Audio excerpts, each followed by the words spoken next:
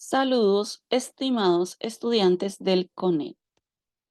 Mi nombre es Carolina Gamboa, profesora de biología, y en esta ocasión les acompañaré con el tema de densidad poblacional en esta microcápsula informativa. Comenzamos.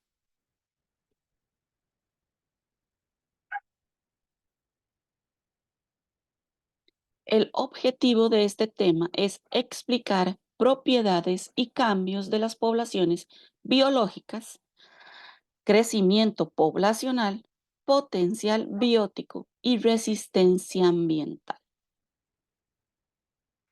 Contenidos que vamos a tomar en cuenta son demografía, densidad poblacional, factores que afectan el tamaño de una población, tipos de crecimiento poblacional y dispersión poblacional, tipos. Comenzamos. Dinámica de las poblaciones.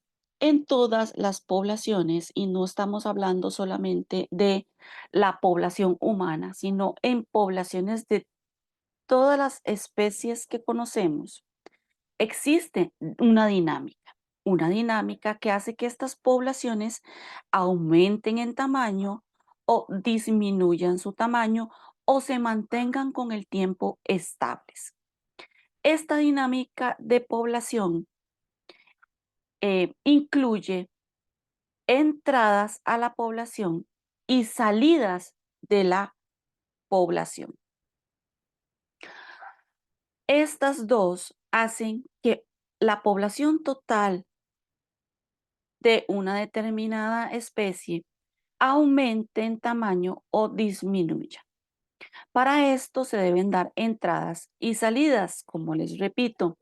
Las entradas son lo que conocemos como nacimientos e inmigraciones, y las salidas son lo que conocemos como las muertes y las emigraciones. Estos cuatro son los factores principales que afectan al tamaño de una población. Más adelante los estudiaremos con más calma. Pero antes debemos conocer un concepto muy importante que tiene directa relación con respecto al tamaño que tiene una población: la demografía. La demografía es la ciencia que se dedica a estudiar de manera estadística la cantidad y la estructura que tiene una población, ya sea humana o de cualquier otro tipo de población. En cantidad, pues se refiere al número de individuos que pertenecen a esta población, y en cuanto a la estructura, se refiere a el sexo, por ejemplo, hombres, mujeres, o también en la estructura influye lo que es la edad. Entonces, la demografía se encarga de dar seguimiento a las diferentes poblaciones con el tiempo o en el tiempo para poder determinar si esta población ha cambiado o puede predecir también cambios a futuro, o puede determinar también si esta población se mantiene estable, debido a esa variación en la cantidad de individuos que pertenecen a una población y, ¿verdad?, que tiene mucho que ver con estos cuatro factores que afectan el tamaño de una población. Intrínsecamente se encuentra el concepto de densidad poblacional. La densidad poblacional se refiere a ese número de individuos o habitantes que se encuentran por cada kilómetro cuadrado en un determinado territorio. Este se debe de calcular, por lo tanto, dividiendo el número total de individuos que se encuentran entre el número total de kilómetros cuadrados que mide el hábitat donde se encuentra esta población. De esta forma se determina qué tan densa es esta población, ¿verdad? entre mayor cantidad de habitantes exista en, en un determinado número de kilómetros cuadrados, pues esta población va a ir aumentando en densidad, ¿verdad? Porque significa que cada vez se reduce más el espacio específico del que puede disfrutar cada individuo de esa población, se va a ir disminuyendo si los individuos de la población aumentan, ¿verdad? Entonces, la densidad de una población se puede ver afectada por estos cuatro factores que les mencioné al principio, que forman parte de las entradas y salidas de una población, ¿verdad? ¿Por qué? Porque influyen en la demografía. Estos factores definitivamente influyen en el número de habitantes que hay en una determinada población. Por lo tanto, si afecta el número teórico de habitantes que hay en una población, va a afectar directamente la densidad poblacional.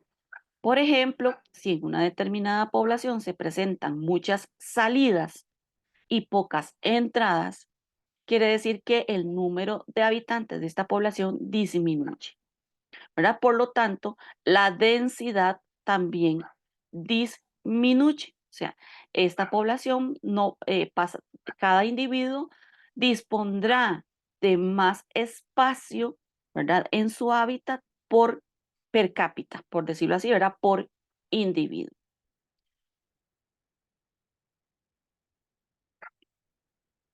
Ahora vamos a estudiar más detenidamente estos cuatro factores que afectan definitivamente en el tamaño de una población. Los factores que determinan crecimiento o reducción de una población. Obviamente, ¿verdad? Tengamos presente que las entradas hacen que la población crezca y las salidas hacen que la población disminuya. Entonces tenemos las primeras, que son las entradas, los dos primeros factores que son las entradas que se pueden dar en una población. El primero, el índice de natalidad. La natalidad se refiere a los nacimientos. Entonces, el índice de natalidad es ese número de nacimientos que se producen por cada 1000 habitantes en el lapso o periodo de un año. Otro factor que pertenece a las entradas es la tasa de inmigración. La tasa de inmigración se refiere a esa cantidad de individuos que llegan a una población nueva porque provienen de otra diferente, ¿verdad? Con respecto a migración, migración implica tanto los conceptos de inmigración y emigración. Inmigración se refiere entonces a esos individuos que llegan a una población nueva porque provienen de otra, ¿verdad? Como por ejemplo, no sé, pongamos el ejemplo en la dinámica de poblaciones que hay entre Costa Rica y Panamá, ¿verdad?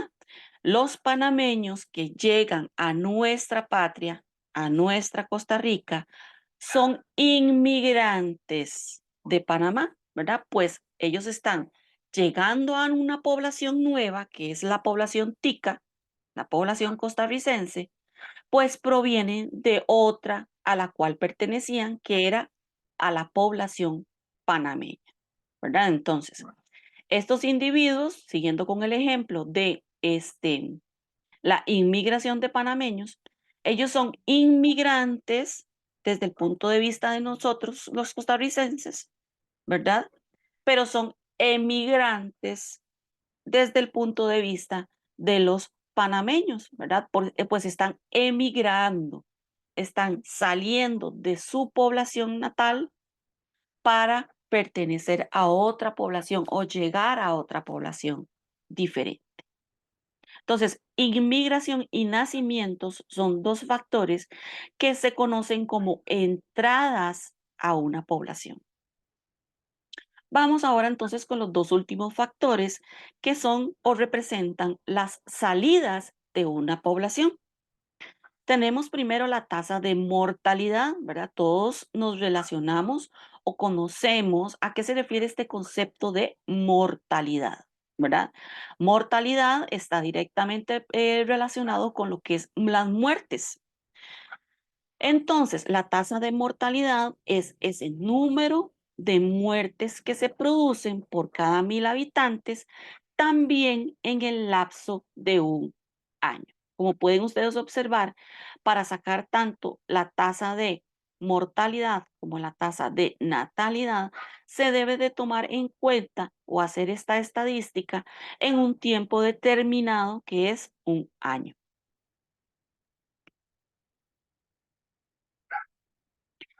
¿Ok?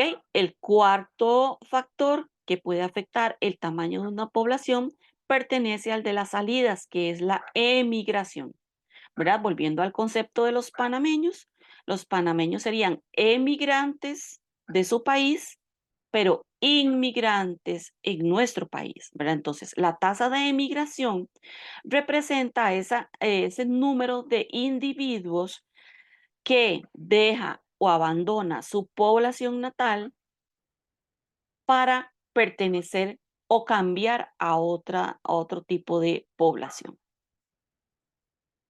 Por eso representa una salida, ¿verdad? Pues la emigración significa que va a disminuir el número de individuos de esa población, de esos individuos que están emigrando. Y las muertes también representan una baja, ¿verdad? En la cantidad de individuos que pertenecen a una determinada población. Por lo tanto, estos dos últimos factores son los que se consideran como factores de salida de una población.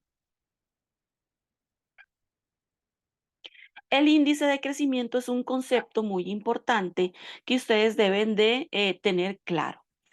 Se dice o se puede sacar el índice de crecimiento de una población sacando la diferencia que existe entre el índice de natalidad y el índice de mortalidad, ¿verdad? Recordemos, índice de natalidad se refiere al número de nacimientos que hay por cada 1.000 habitantes en el plazo de un año, ¿verdad? En el término de un año. Y el índice de mortalidad es el número de muertes que hay por cada 1.000 habitantes en el término también de un año o en el lapso de tiempo de un año.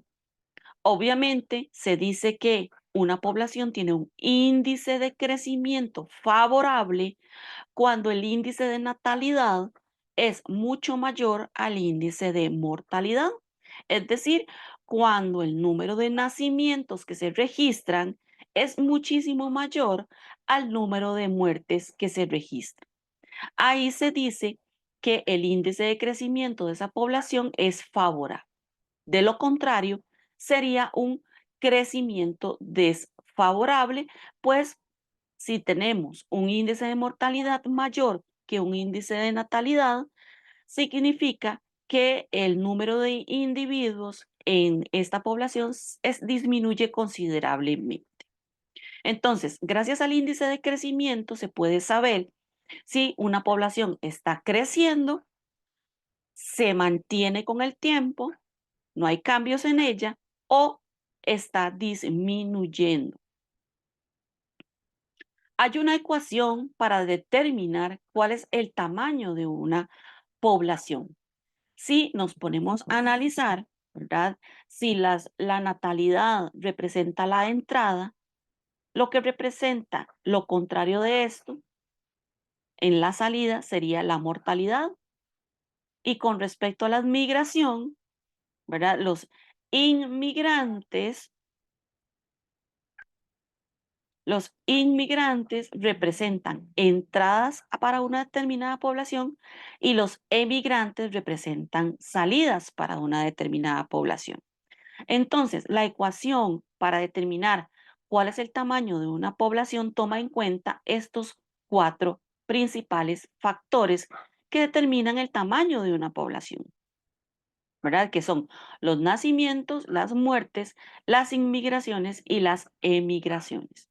Entonces, esta ecuación me dice que puedo determinar el tamaño de una población si yo tomo en cuenta los nacimientos menos el número de muertos, esto lo sumo al número de inmigrantes menos el número de emigrantes, ¿verdad? El resultado que yo obtenga al sustituir estos valores, ¿verdad? El número de nacimientos menos número de muertos, más número de inmigrantes menos número de emigrantes, esta cantidad me va a decir qué tan grande o qué tamaño tiene esta población. Tenemos dos tipos de crecimiento poblacional. Tenemos el crecimiento exponencial, ¿verdad? Que es la forma en la cual crecen las poblaciones.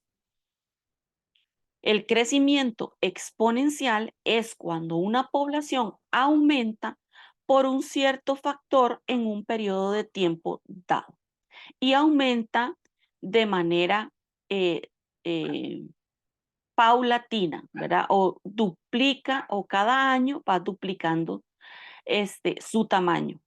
Se dice que en este tipo de crecimiento se está dando un crecimiento exponencial. Por ejemplo, una población que duplique o triplique su tamaño cada año, ¿verdad?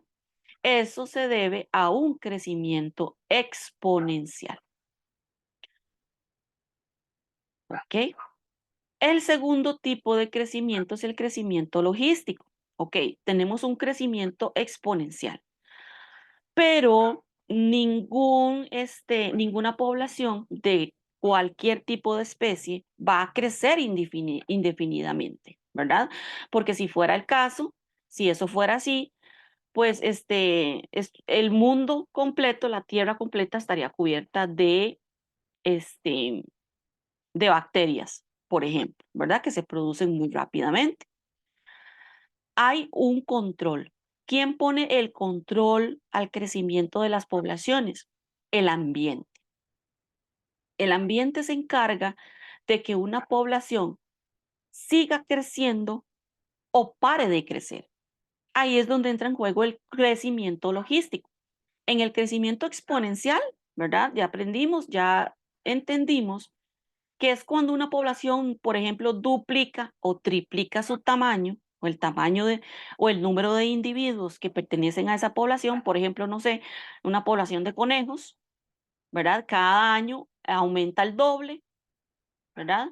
Eso es un crecimiento exponencial, pero no pueden crecer indefinidamente con un crecimiento exponencial. Tiene que haber algo que detenga ese crecimiento de esa población de conejos. Pues bien, eso es la carga ambiental o la capacidad de carga que tiene un ambiente para proveer de recursos necesarios a los individuos que se encuentran en ese ambiente o en ese hábitat. Entonces, ahí es donde entra en juego el crecimiento logístico.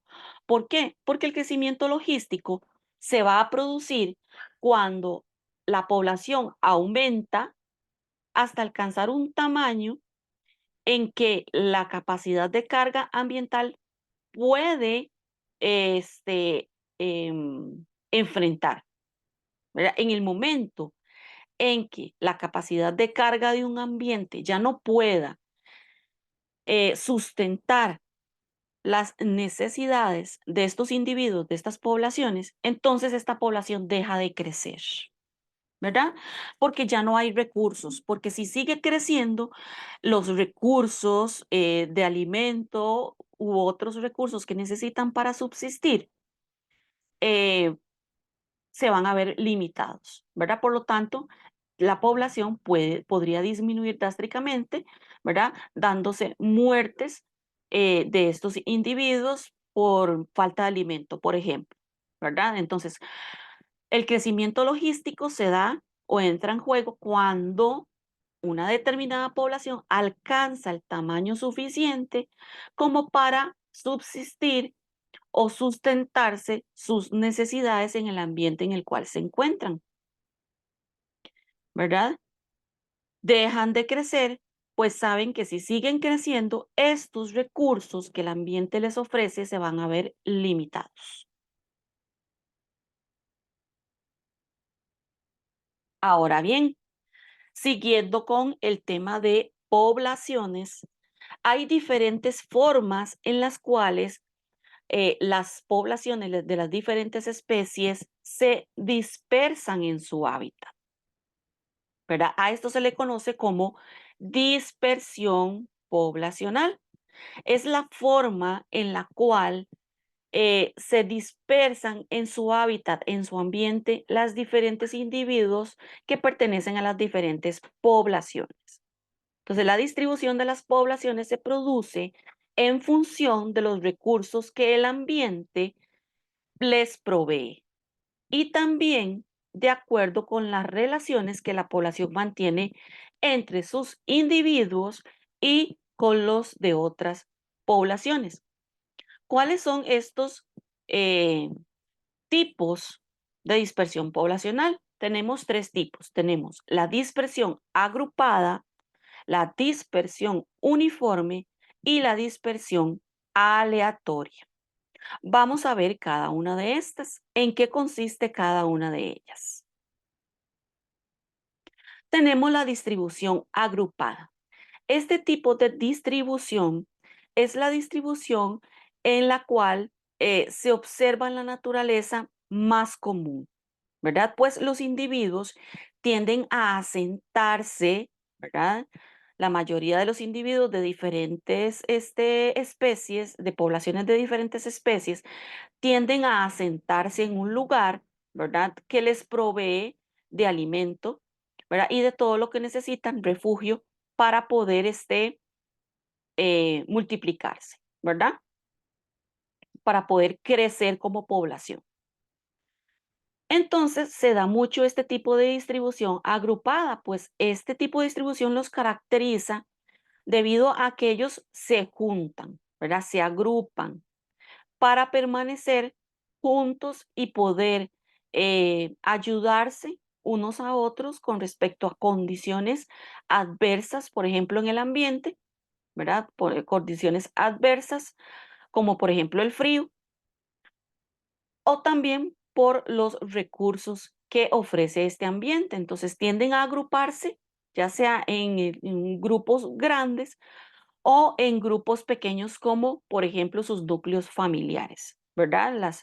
Las familias se juntan, se agrupan para poder enfrentar estas condiciones climáticas que pueden ser adversas para la especie, ¿verdad? O para cada individuo.